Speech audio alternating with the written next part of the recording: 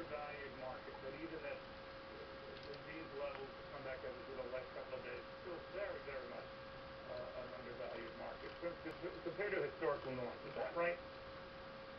Well, I mean, the concept of valuation is very difficult when you have zero interest rates. I can make a case that actually the price of gold is still undervalued compared to, say, the mid-1980s when it was trading around $400. So it's very difficult to say what is value in this environment. Is a Picasso good value or is it overvalued? I don't know. But stocks measured by price-earning ratios, and considering that probably the economy will be weakening and that corporate profits may disappoint, may not be quite as cheap as all the strategists claim. So when you look at Europe, I know it's just sort of macro noise, and they talk about a rescue backup fund or backstop for banks there. How much does that affect your thinking?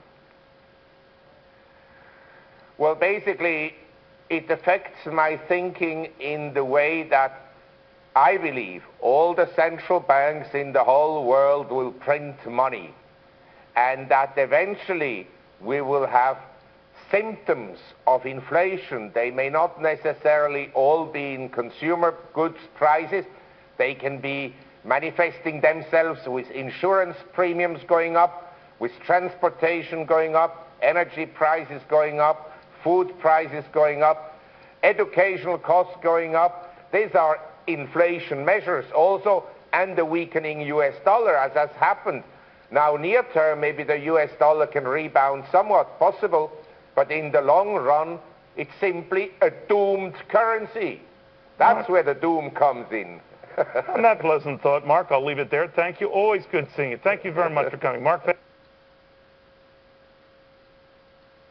Well, I guess if you are the editor of the Gloom, Boom, and Doom Report, this week was tailor-made for you, and Marc Faber says more to come to fit that description.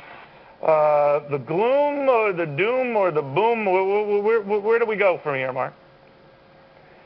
Well, basically, we have a lot of volatility. As you know, over the last 12 months, the S&P rose from 1010 on July 1st, 2010 to a peak of May 2nd of this year, 1370, and then we dropped 4 days ago to 1101, and now we're at 1178. So we have a lot of volatility. I think the market may rebound somewhat more here because we were very oversold, and some technical indicators have turned positive, including also insider buying.